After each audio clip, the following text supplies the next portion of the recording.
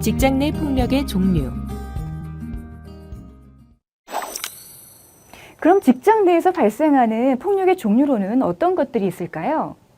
주로 발생되는 폭력에는 직장 내 괴롭힘, 하극상, 그리고 따돌림 등이 있습니다. 그럼 직장 내 괴롭힘에 대해 먼저 알아볼까요?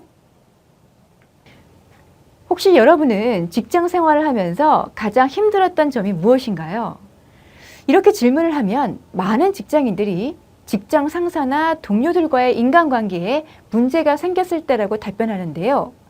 아무래도 직원들 사이의 인간관계가 악화되면 나타날 수 있는 폭력이 바로 직장 내 괴롭힘입니다. 직장 내 괴롭힘은 주기적으로 반복되고 장기간 지속되고 강도가 점점 심해지며 괴롭히는 행위가 분명히 고의적일 때를 말하는데요. 이는 우발적인 행동이나 단순한 업무 스트레스와는 구별되어야 할 것입니다. 직장 내 괴롭힘은 피해자에게 삶의 질 하락과 업무 효율 하락을 일으킵니다. 그런데 직장 내 피해를 목격한 목격자의 피해는 간과되는 경향이 있습니다.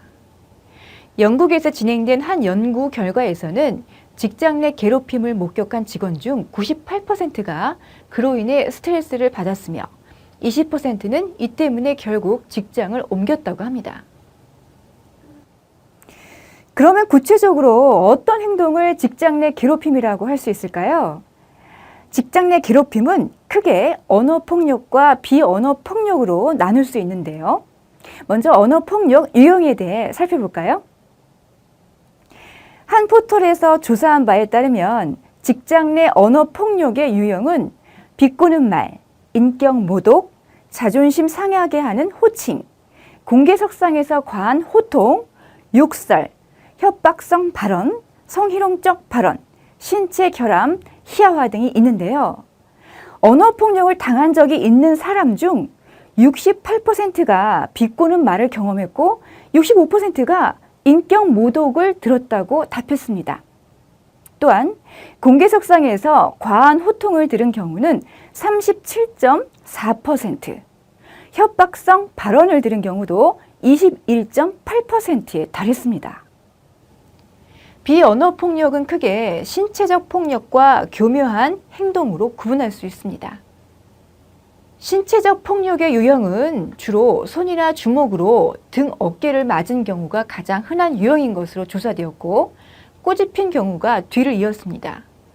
멱살을 잡힌 경우나 따귀를 맞은 경우도 각각 13%에 달했고 던지는 물건에 맞았다는 응답도 있었습니다.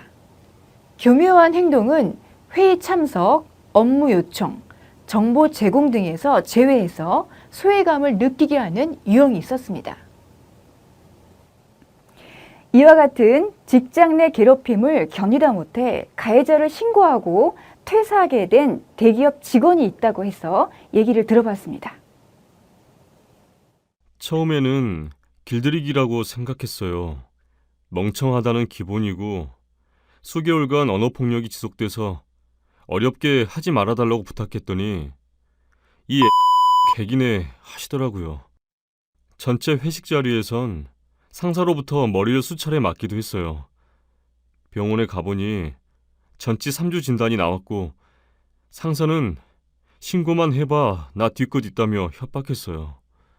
결국 인사팀에 신고를 결심하고 근무 1년 만에 퇴사를 하게 됐습니다. 김 씨가 언어폭력을 버티다 못해 인사팀에 신고를 한 것은 회사 생활 포기를 각오해야만 하는 것이었는데요. 추후 사내에서 가해 행위가 인정되어 가해자에게 징계가 있었지만 김 씨는 퇴사했다는 이유로 어떤 징계가 있었는지 통보받지 못했다고 합니다. 회사 측은 감봉에도 못 미치는 징계를 내려 솜방망이 처벌에 그쳤다는 후문인데요. 이처럼 직장 내 괴롭힘이 심각한 문제로 받아들여지지 않는 조직 측의 인식이 하루빨리 바뀌어야 하겠습니다.